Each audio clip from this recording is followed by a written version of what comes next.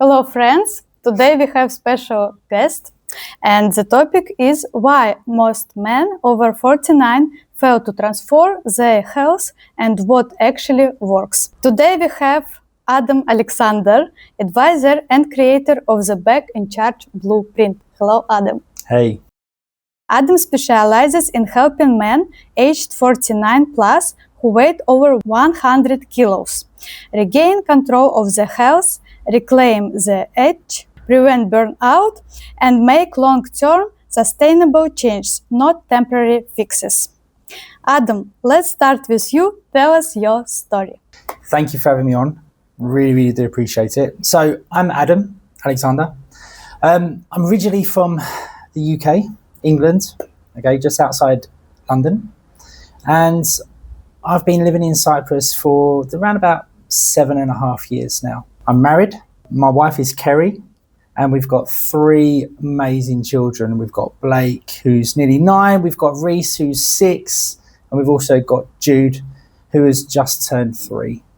Nice. And you know, we moved to Cyprus 7 years ago because we just wanted something better for our own health. We knew something wasn't right. We wasn't happy in the UK. So we just made that decision to make a change. Do you like Cyprus? Yeah, we do. Yeah, we do, because we moved here. We were here for a few years. Wasn't sure. So then we moved back to London. Yeah. Got back to London. Yeah. Didn't like it. So we came straight back. What led you to focus specifically on men over 49? Great question. The reason is, years ago, I used to work with women. Yeah. I used to work with women. Okay. Transforming their health, transforming their energy, and all of that. And when I get to know them, yeah, I also started to see that, you know, their husbands, they were struggling. Yes. The husbands were the ones that needed the help the most. And it was from that I was like, no, the men actually need the help, because they're the ones that are supporting everything. Yes. The women are there. They were, you know, they're running the house, they're running the home, they're doing everything behind the scenes. Yeah. But then it was the men that were actually you know, creating everything for the family. Very nice. And they have like different energy also, yes? Yeah. When did you realize that traditional weight loss programs simply don't work for this demographic? It's not just for this demographic, it's in general for people. If we look at New Year's resolutions, January the 1st, I'm going to make a change. So what do?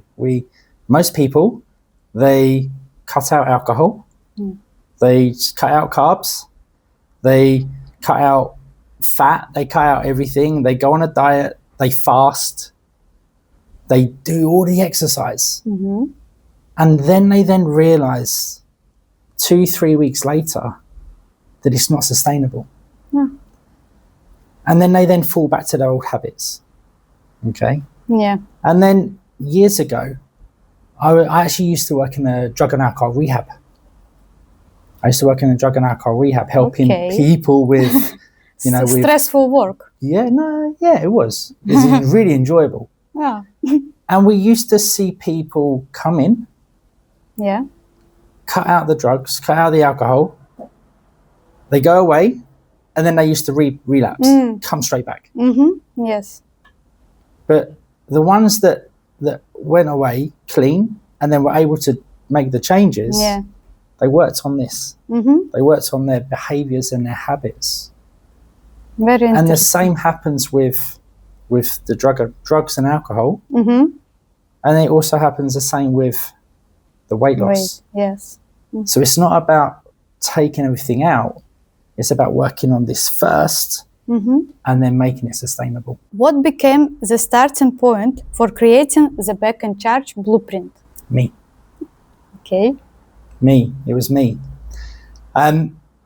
Years ago, Kerry struggled. She was working for brokers up in London, oil brokers, and she started suffering with anxiety, depression. She was really struggling. So we took her out of work. Okay. And I was trying to help her. Yeah. But I was giving all my energy to her, but I wasn't looking after me. Right? Which is very, a lot of people do that. Yeah. And then because I wasn't looking after me, I wasn't, things started to slip for me. I stopped exercising. I was having more late nights. I wasn't eating properly. So then I was like, if I can't help myself, how can I then be the best person for Kerry? Okay. So this is where the Back in Charge Blueprint came from, is because I was like, no, I need to work on me first. Yeah. So then I can then be the best person to then help Kerry. What is classic weight loss marketing today? Quick fixes. It's a fad. People want to change, but they don't want to change. Yeah. Does that make sense? Yes. Like, people want they want the end result, but they don't want to do the work to get the end result. So if we go back, it was always, cutting out carbs. Doesn't work. Cut out sugar. Doesn't work. Then there was the bands. Do you remember the gastric bands? Yes. Doesn't work. Yeah. Now it's the jabs, which the GLP-1s, which are good. They work only if we work this. So that's the thing, is people don't want to do the work. They don't want to create the sustainable changes. Yeah, I have this experience. I mean that I work in the gym.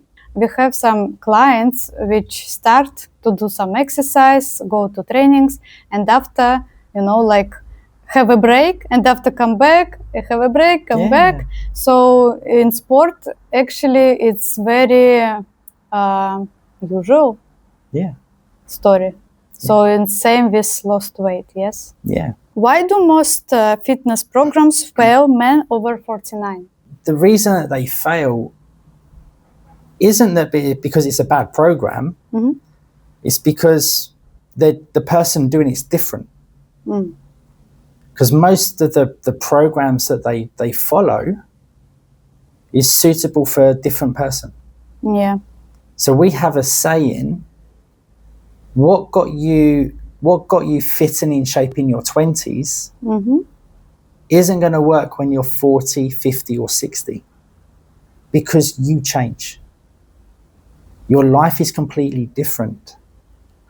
Like, think about when you were, when you was a teenager, then when you was when in your 20s and now 30s, it's different. Yes. For me, when I was 20, my goodness, my life was completely different to now when I'm in my 40s and I've got family, I've got responsibility, I've got a house and mortgage, I've got a business, I've got a family, I've got all of this different stuff. So I can't do what I did when I was younger, because it doesn't work. We have to look at a different approach. I was very flexible when I was teen, because I did gymnastics and I was quite professional, so I understand. Yeah. But that's where your focus was, though. Yes. You were focusing that because that's what you did. You was that professional, the gymnast, and you did that. Yes. But as we get older, we change, we evolve. So now it's, now we're coming into a different chapter of our lives. Yeah. You wasn't doing these interviews then, were you? Yeah, exactly. So now we all evolve. And that's what it is. Why don't diets, challenges, and 6 weeks transformations create lasting change? Because they're looking for that short window. If you're in your 50s and you've struggled with your weight for years and years and years, even decades, then you've got all of these bad behaviors, all of these routines that have been installed into you. They're not going to be undone within 6 weeks. So we've got to look at making sustainable changes over a longer period of time and look for the long term, instead of just looking to try and get healthier and fitter and all of that in a short period of time. And for this, you need a coach. Of course you do. Of course you do. Yeah. Yes. Why is this not just about fat loss, but about identity and control? Great question. Really important question, this.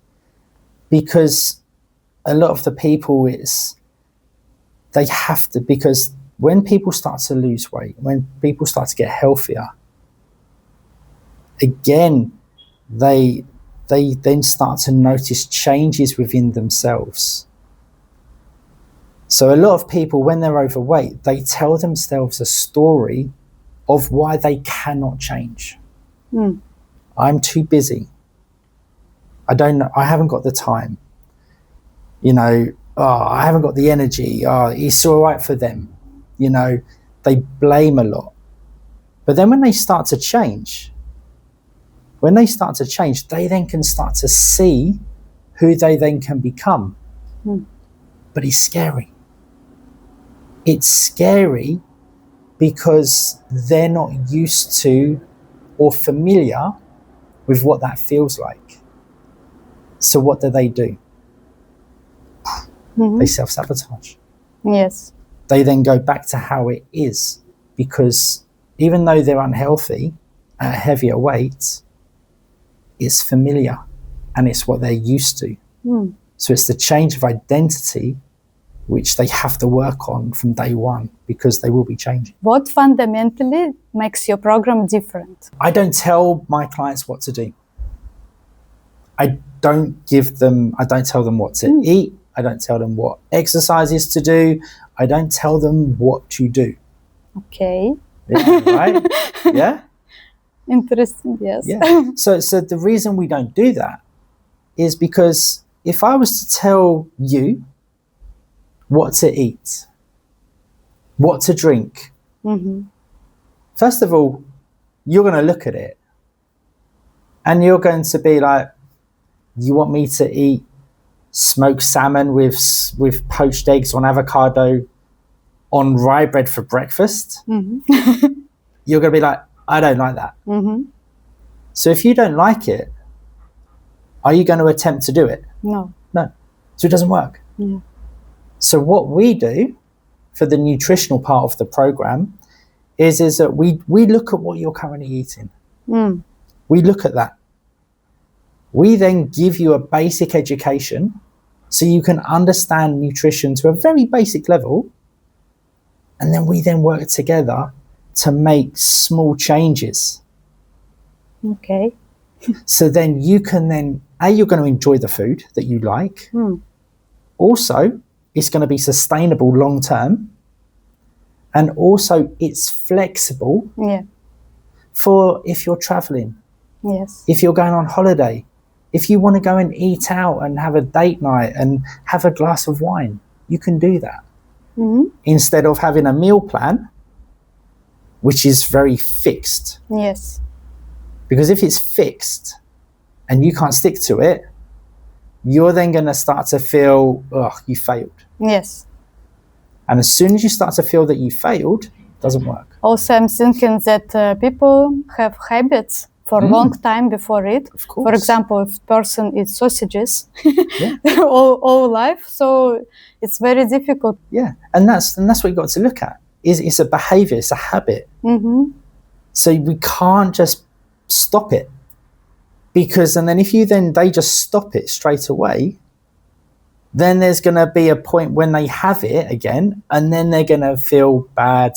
They're going to start to feel shame, resentment, and then they're going to feel they failed. So then they just go, I can't do this. Why do you focus on long-term behavior change instead of motivation? People think motivation is what's needed to create long-term change. It's not. Right? Motivation only plays a small part. Okay? We want to create long-term change because people are fed up with starting over again. It's like I've had one client in the past. Every year for the last 15 years, he always started in January the 1st. Yeah. Come March, he stopped. Yeah. Then he stopped. And he waited until January the 1st comes around again to make a change. Yeah. Do fasting, do whatever. And the same cycle went over and over again. Now, Rob, like 4 years later, he doesn't do that because he's made those sustainable changes, and he can maintain it now because he knows what to do. Okay. And that's what we'd rather do, is we'd rather do long-term changes than getting the quick fix results. Yeah, it's like a woman, she wants to change her shape before a season in the summer. And looks nice in swim costume. That's it. But for you to look good in the summer, you need to do the work in the winter. Yes, exactly. Can we say that you are rebuilding confidence first and the body follows? Of course. Okay, because the reason a lot of people don't get the long-term changes is because they start to feel like they're not progressing. As soon as they start to see themselves 2-3 weeks down the line and there hasn't been progress, they're not going to feel like they're winning, and then they lose their confidence. So in the Back in Charge Blueprint, what we do, or how we work with our clients, is we take things very, very slowly. So each week we make 2 to 3 changes. So in week 1, we do 2 to 3 changes. That's it. So at the end of the week, I then go to you. I'll be like, Xenia, how did you get on? Did you make those changes?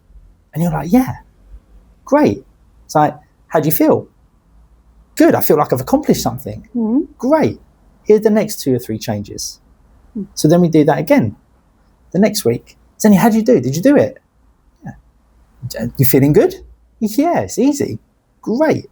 So then it goes on a journey of you've done it. So then you're thinking in the future, it's like, well, can I do this? Then after the first week, it's like, okay, I've done that. Okay. Next week, yeah, okay, I've done it again. The next week is like, okay, I can start to see how I can do this now. Then it's then like, oh, this feels good. And then as we go, the confidence builds. And then over time, it's like, it just becomes just a habit. And then when the confidence is high, everything else becomes easier. And that's when we then get the fast results. So we actually get our fast results at the end, later, than at the start.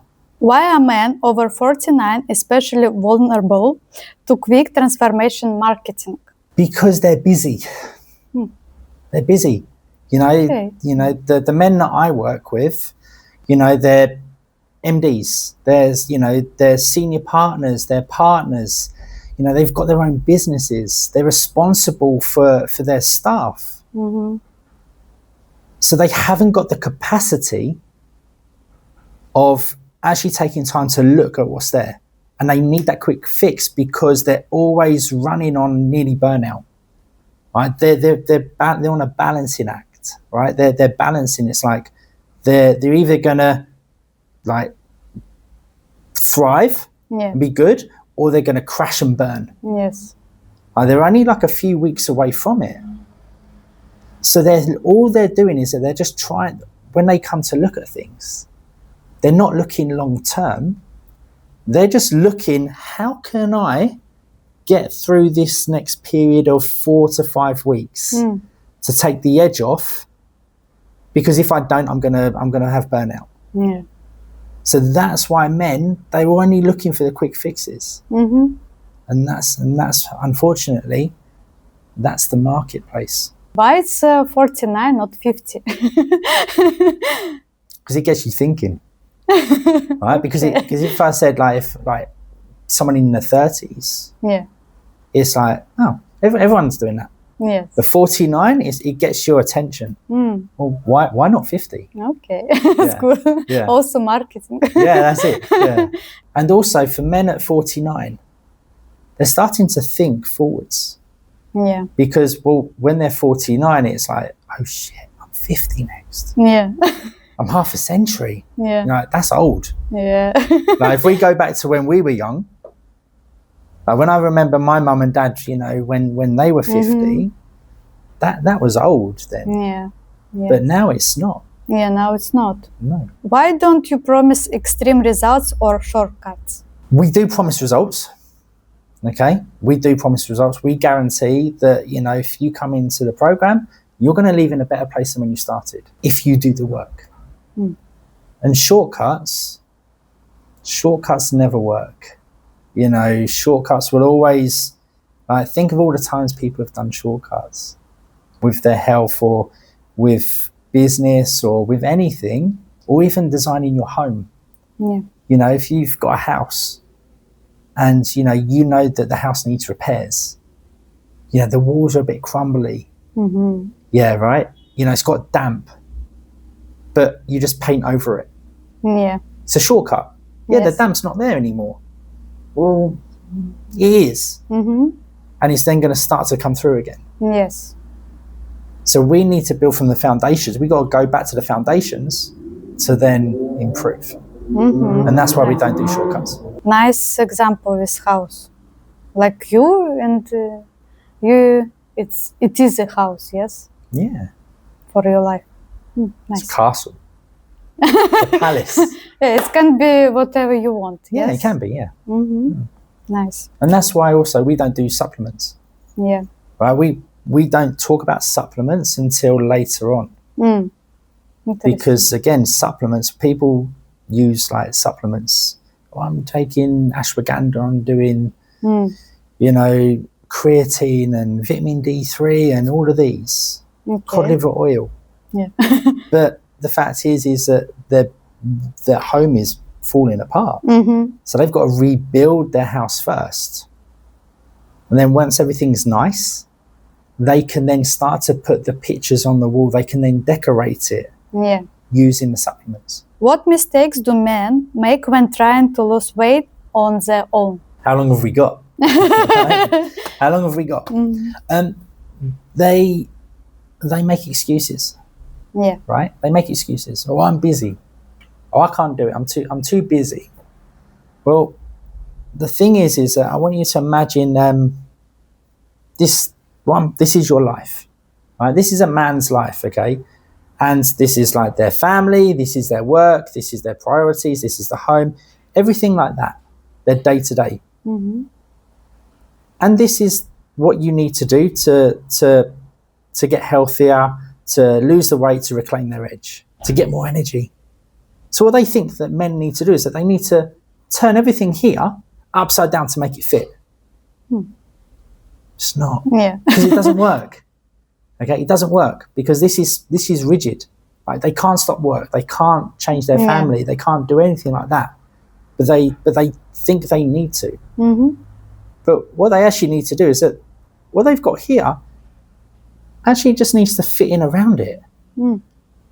Like if you're a man and you're traveling, like we've got clients that have to travel internationally for work numerous times a week. They're not going to be able to commit to go into the gym 4 mornings a week. It's not going to work. But whatever we do regarding the exercise, I don't know what that is, but we can then fit in around what they do. And that's what it is. So they just need to change their perspective of how to make everything else work. How does physical shape influence leadership at home and at work? Great. Again, really important question, especially at, like with the industries. Think about it like a leader at work. Okay, they have to set the standard for the team. Yes. They have to, for the organization, for the business, they have to set the standard. Yeah. But if you're a leader and you're falling asleep at 2:00 in the afternoon because you're tired, you're drinking endless amounts of caffeine to get through, you're having poor sleep. What that does is, like, they might not see it as a problem, but they might just see it as their normal.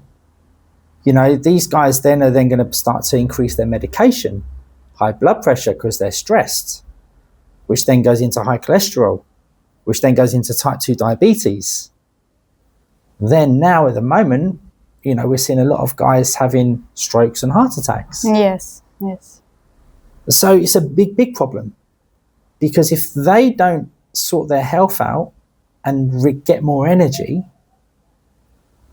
like for them to get more energy, they're then going to become more efficient.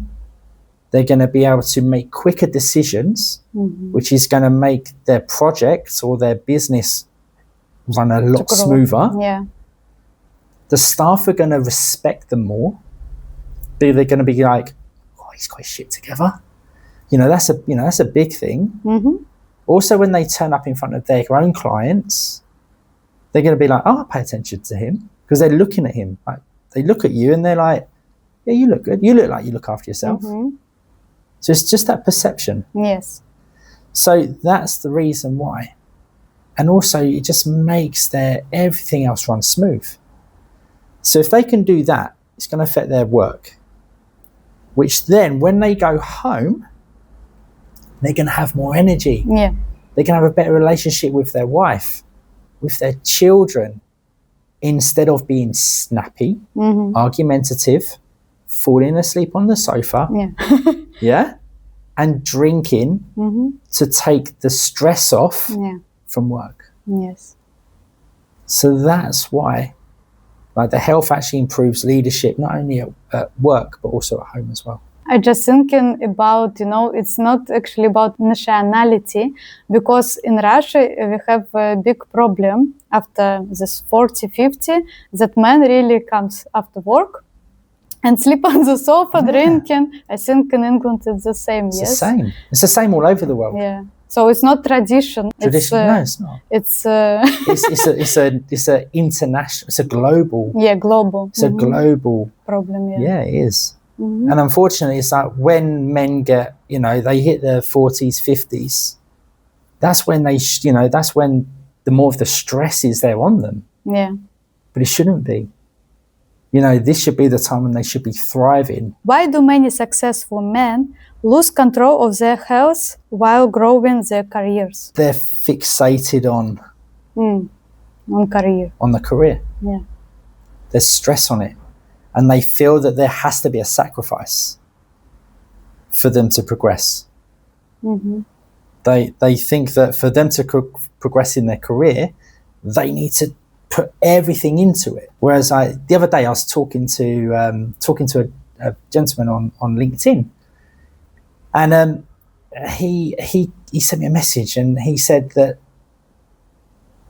having burnout is perceived as a good thing when being a founder.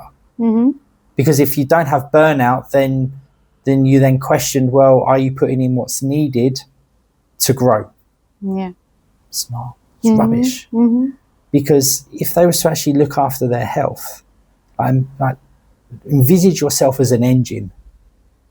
If you look after yourself, you give yourself the right nutrition, drink the water, do the exercise so you're fitter, you have good sleep so you can recover.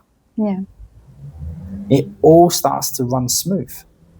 So then when it comes to your career, you're going to become more efficient, and it's actually going to go a hell of a lot faster than if you're tired, lethargic, slow at making decisions, all of that. Can we say you are not just selling fat loss, but helping men reclaim authority over their lives? 100%. 100%. But we only talk about the fat loss at the start. Yes. Why is that? Because they focus on Because that's what they see. Oh. That's all they see. All they see is that they're overweight. Because they're just running on autopilot. They think that is how they are. They think that that's how you should be when you hit 50. They think you should be tired. You should be overweight. They think you should have no energy. They think that it's normal to fall asleep on the sofa.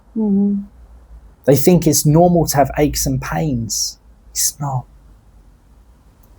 So we only talk about fat loss at the start, but then when we then get speaking to them, we cover something we call the 4 Fs, which is fitness, which is your health, okay, which is finances, which is your business, your work, your family and friends, and also your faith, which is what you believe, like your beliefs, your confidence. And they have to balance. And everything, all contributes. So for a lot of these men, they focus on their work. So as they focus on their work, everything else goes out of balance. But then their health is there. So so now what we've got to do is we've got to get them lose their weight, so they can then rebalance, recalibrate there. Yeah. And that's what it's always about. It's about that rebalancing, that recalibration. But people don't see that because they just wake up in the morning, they get dressed, and all they see is that they're overweight. Yeah, like automatically, like the robots. Exactly. Yeah. So we go in with the weight. We there's a saying, isn't it? Sell them what they want, give them what they need. Yeah. And that's what we do. Do you use social media advertising? Yeah. LinkedIn. LinkedIn. Yeah, LinkedIn. Like my clients, I meet all of my clients from LinkedIn. Which marketing approaches work for your brand and which failed? Me and Kerry, we're on LinkedIn. We like to communicate with our clients, with our, our ideal clients, whatever, those people on LinkedIn. That's where we speak to them first to just have a conversation. Yeah. Also, we use YouTube. So, we do conversations, we have success stories. Me and Kerry, we do a series of conversations with, other, past clients, also with each other. And we just share information about, what's going on, behaviors, things that actually stop men from moving forwards and progressing. And then what they can then do as well to make those changes as well. Yeah, nice. Do you have a club? So for our clients, we do regular meetups throughout the year. So it's normally around food. Yeah. So we'll meet up in London. We'll have a nice meal. They can get to meet each other. Also in the past, we used to do challenges. So we'd walk in the UK. There's a mountain called Snowdon. Okay. And it's a bit, you walk up it, but it's a challenge. Yeah, because support is very important, I think. Yeah, the community, the support and all of that, it's very, very important. Yeah. And also, we actually do a retreat here in Cyprus. Okay. So our clients can come over to Cyprus, spend some time in the sun, feel good. They get to know each other. Nice. And then we do things as well like that. Can we say that trust is now the most valuable asset in the health industry? Trust is really important now because, I've had it in the past. I've been speaking to a man online. I'm in Cyprus. Yes. He's in the UK or wherever. And, we have a saying in the UK is, I don't know you from Adam, which means I don't know you at all, and you're asking, for me to come into your program, you're asking for a substantial investment. And it's trust. So trust is huge now because people have been scammed, especially in the UK. There's always people phoning up. Yes. Trying to get your details, trying to do this. Cyprus also. Is From it? banks, yes. Yeah, bank. Yeah, exactly. So trust is huge. And also they want that connection with you as well, especially in this digital age where with AI. Yeah. Yes. That relationships are becoming smaller and smaller. And so people need that trust, they need that connection as well. So it's very, very important. But here's the problem is with AI, I don't know what your experience of it is like with chat or whatever, but it always agrees with you. Yes. It never goes, no, that's not true. Yeah. It always goes, oh yeah, great idea. Oh yeah, that's really, yeah. No, whereas with what we do with change, with behavior change, sometimes you need to be told, Xenia, stop it, pull your socks up, crack on. But with AI, if you unless you go to it, it's not going to do that. It's not going to give you that accountability. Also, I saw some women did a post on Instagram and they asked ChatGPT tell me 5 facts about me. So, and it said just good things. Yeah. No one bad. No, exactly. Exactly. Mhm. Yeah. But that's how it is. Yeah. That's how it is. And that's the problem with AI now, and people. People they're losing that because, again, people don't like to be told. Yeah. People don't like to be told that they should be doing something, or they're having that accountability. Mm-hmm. Like I've got a coach. I've got a coach, and Nice. I was talking to him yesterday, for our business, and he went to, I asked him a question. He went to me, Ads. He was like, "Do you want the nice fluffy answer, or do you want the answer that's actually going to give you the result?" Mm-hmm. I was like, "Well, what do you think?" Of course, but that's the thing. It's like people will go to AI because they want that nice fluffy answer. Adam, Blitz. You need quick answers, yes, and first thing that comes to mind, okay? Discipline or motivation? Discipline, Diet or lifestyle? lifestyle, Cardio or strength training? strength, Fast results or sustainable results? sustainable, Coach or going solo? coach, After 50 decline or peak potential? peak potential. It's like a raffle. Mm-hmm. All right. A lot of people, we're in a raffle. Okay. When I say a raffle, do you understand? Yes. Yeah. Great. Yes. And every day we put tickets into this raffle. Mm-hmm. Okay. And then as we get older, as we get heavier, we start to put in more tickets every day. Mm-hmm. Okay. Some people then start to go into medication, high blood pressure, high cholesterol. They start having sleep apnea when they're not sleeping properly, snoring. They then get type 2 diabetes. So with any one of these, we then start to put in extra tokens into the raffle. But the prizes aren't what we want. Yeah. The prizes that we're getting out are these conditions, is the medication. And then the thing is, once we've got the high blood pressure, high cholesterol, sleep apnea, the type 2 diabetes, we go into a different raffle over here and we start putting tokens into there. But the prizes over here are the strokes, is the burnout, is the cancer, certain cancers, and also, unfortunately, premature death. So our longevity has now become a lot shorter. Yeah. But I'm not saying this to scare people, but it's just to wake up. Yes. Wake up, right? You're in this raffle.